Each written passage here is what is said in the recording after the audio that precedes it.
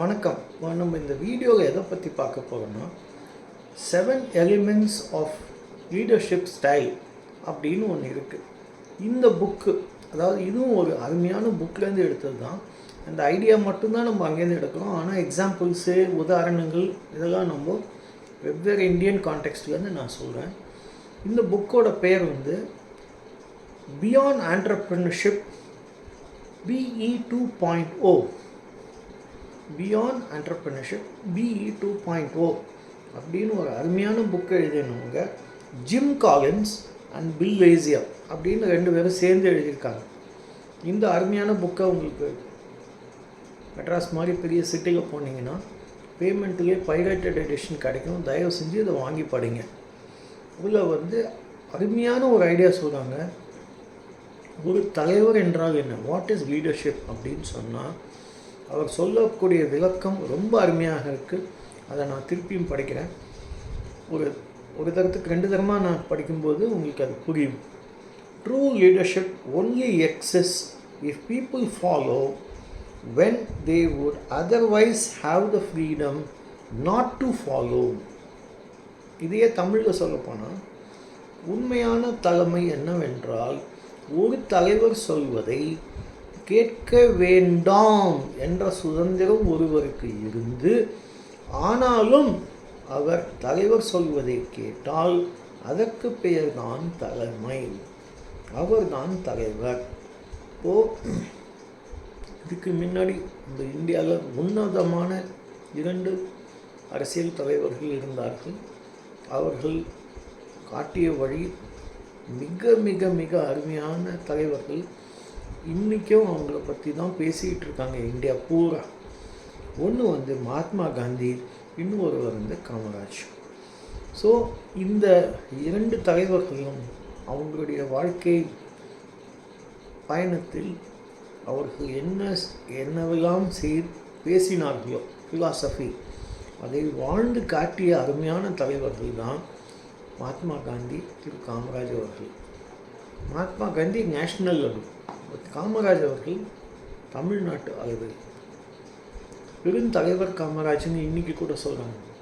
ஒன்றுமே படிக்காத மேதை என்று அறியப்படும், இன்றளவில் அறியப்படும் திரு காமராஜ் அவர்கள் BHEL, NLCன்னு சொல்லுவாங்க, நெய்வேலி லிக்னைட் கார்பரேஷன், இந்த மாதிரி அருமையான பல திட்டங்களை நம் தமிழ்நாட்டுக்கு கொண்டு வந்து சேர்த்த பெருமை திரு காமராஜ் அவர்களை தான் சேரும். அவர்தான் பல நல்ல கல்வி நிறுவனங்களை தமிழ்நாட்டுக்கு கொண்டு வந்தார்.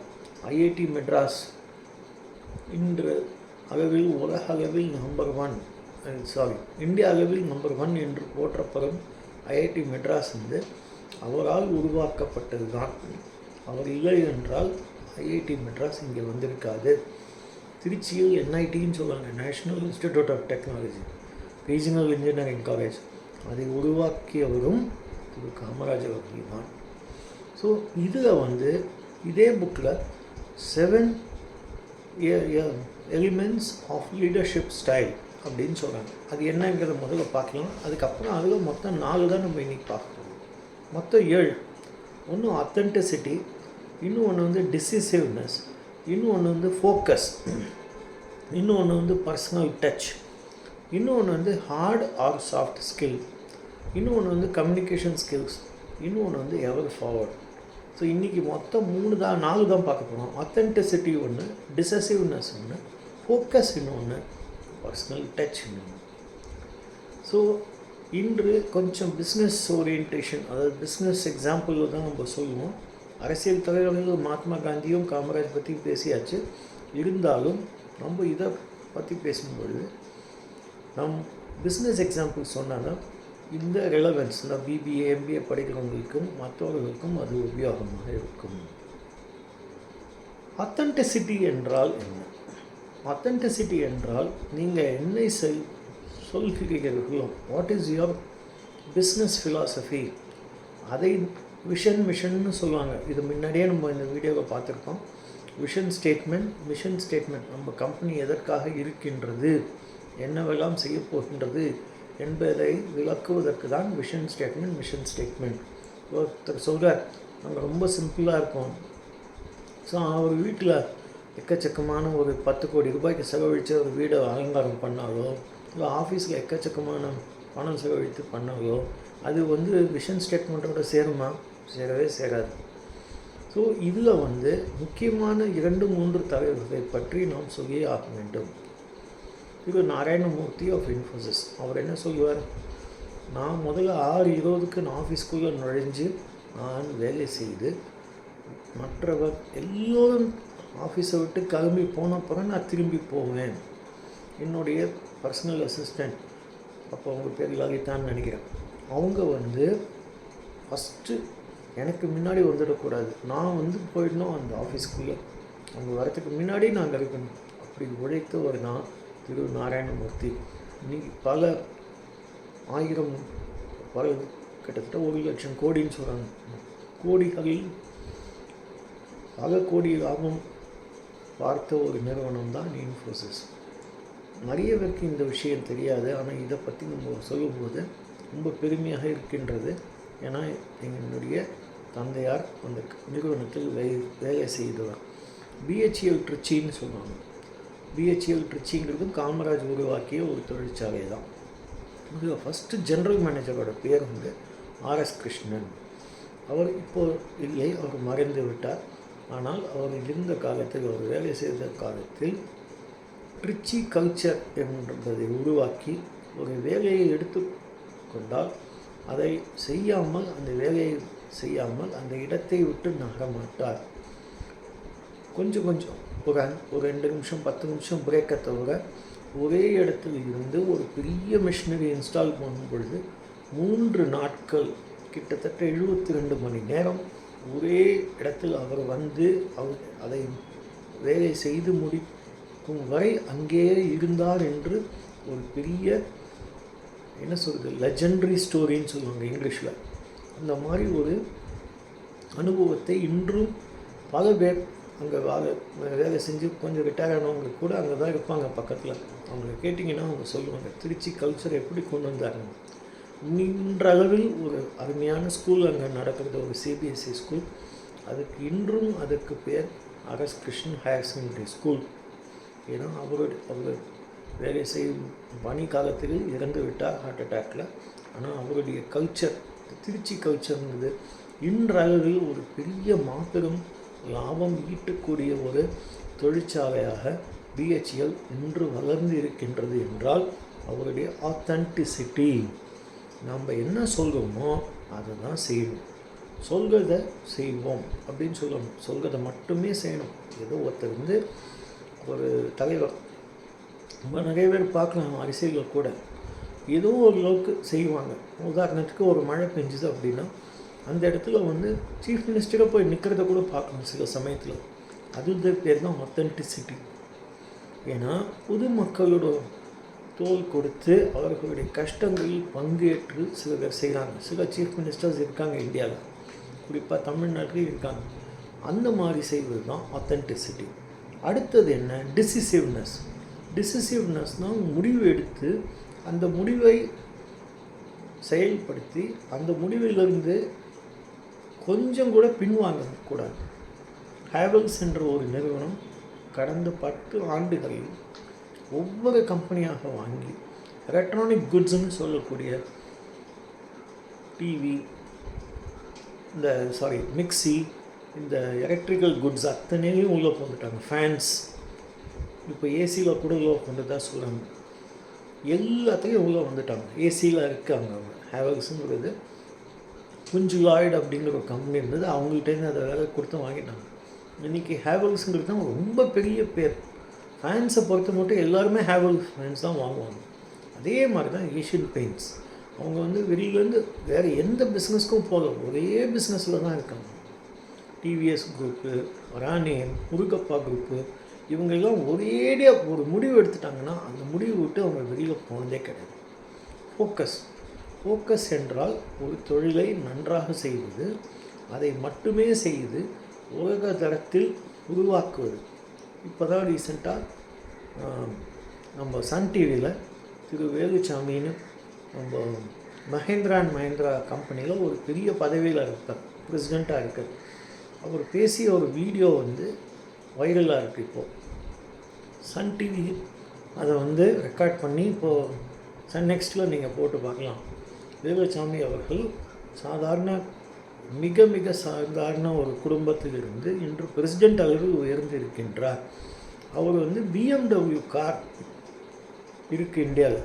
அதே மாதிரி நாங்கள் மஹேந்திரா அண்ட் மஹேந்திராவில் ஒரு காரை தயாரித்து இன்று அளவில் சந்தைப்படுத்தி வெற்றிகரமாக முடித்து இருக்கின்றோம் என்று சொன்னார். அதை கேட்பதற்கு ஆனந்த் மஹேந்திரா என்ற ஒரு மாபெரும் தலைவர், அவர் தான் அந்த கம்பெனியோட முதலாளி, CEO. அவர் எடுத்த முடிவு தான் இன்றளவில் ஒரு பெரிய மைல்கல்லாக, it's a milestone for the success of Mahindra and மஹேந்திரானா அது மிகையாகாது. ஒரு முடிவெடுத்து பல கோடி ரூபாயை ரிசர்ச் அண்ட் டெவலப்மெண்ட் ஆராய்ச்சி செய்து நாம் எவ்வாறு ஜெர்மன் பீப்புள் மாதிரியோ, ஜப்பனீஸ் பீப்புள் மாதிரியோ, கொரியன்ஸ் மாதிரியோ, அமெரிக்கன்ஸ் மாதிரியோ நாமும் போட்டி போடலாம், அதே உலக மார்க்கெட்டில் வேர்ல்டு மார்க்கெட், இந்த வேர்ல்டு மார்க்கெட் அப்படின்னு சொல்வது தான் குளோபல் காம்படிட்டிவ்னஸ். இப்போ இங்கேருந்து மேனுஃபேக்சர் பண்ணி டிராக்டர்ஸ் அனுப்புகிறாங்க எங்கே, அமெரிக்காவில். இட் செல்ஸ் லைக் ஹாட் கேக்ஸ்னு, அதாவது பல ஆயிரம் டிராக்டரை விற்பனை செய்து கொண்டிருக்கின்றார்கள். இதே மஹேந்திரா அண்ட் மஹேந்திரா. இதுக்கு பேர் தான் ஃபோக்கஸ். அடுத்தது பர்சனல் டச். நான் வேலை செய்த டிவிஎஸ் நிறுவனத்தில், நான் ஷோவிங்கர்ங்கிற ஒரு அரக்கோணம் பக்கத்தில் இருக்கேன். அங்கே ஒரு மாபெரும் தலைவர், ஒரு பேரை சொல்லக்கூடாது ஏன்னா அவருக்கு இது பிடிக்காது. ஆனால் இப்பொழுது சற்று ஓய்வு பெற்று இருக்கின்றார். அவர் பல வருடமாக, கிட்டத்தட்ட ஒரு 40 வருடமாக ஒரே நிறுவனத்தில் வேலை செய்த ஒரு உயர் அதிகாரி. அவர் ஏதாவது ஒரு கஷ்டம் என்றால் தொழிலாளியின் வீட்டுக்கே சென்று பார்த்து அதற்கு உண்டான பரிகாரங்களை, அதாவது அதற்கு உண்டான செயல் திட்டங்களை வடிவமைத்து கொடுத்து மற்றவர்களும் அதன் மூலமாக பலன் அடைவதற்கு வழிகாட்டியாக இருந்திருக்கின்றார்.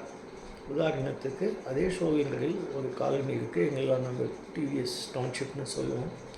அந்த டவுன்ஷிப்பில் அப்போல்லாம் வந்து காம்பவுண்ட் வால் கிடையாது, யார் வேணால் உள்ளே வரலாம். திருட்டங்க உள்ளே வந்துட்டாங்க, ஒரு குடும்பத்தை அட்டாக் பண்ணி, நல்ல வேலை பணத்தெல்லாம் எடுத்துகிட்டு போயிட்டாங்க, வேறு ஒன்றும் சேதம் இல்லை. உடனே அந்த இடத்துக்கு வந்து ஓவர் நைட், அதாவது ஒரே முடிவு எடுத்து பல லட்சங்கள் செலவு செய்து அடுத்த 15 நாட்களுக்குள் ஒரு பெரிய காம்பவுண்டாக போட்டாங்க. செக்யூரிட்டியை டைட்டன் பண்ணாங்க. ஒரு டாக், ஒரு பெரிய நாய், மோப்ப நாயின்னு சொன்னாங்க. அந்த மோப்ப நாயை ஒரு செக்யூரிட்டியோட போட்டு இன்றளவில் அது இருக்கின்றது. தொழிலாளிகள் நம்ம மேனேஜர்ஸ் யாருமே வீட்டில் இருக்கும் பொழுது, வேலைக்கு வரும் பொழுது மிக சந்தோஷமாக வர வேண்டும் என்ற உயர்ந்த கொள்கையுடைய மாபெரும் தலைவர் தான் இந்த கம்பெனியோட ED, எக்ஸிக்யூட்டிவ் டைரக்டர்.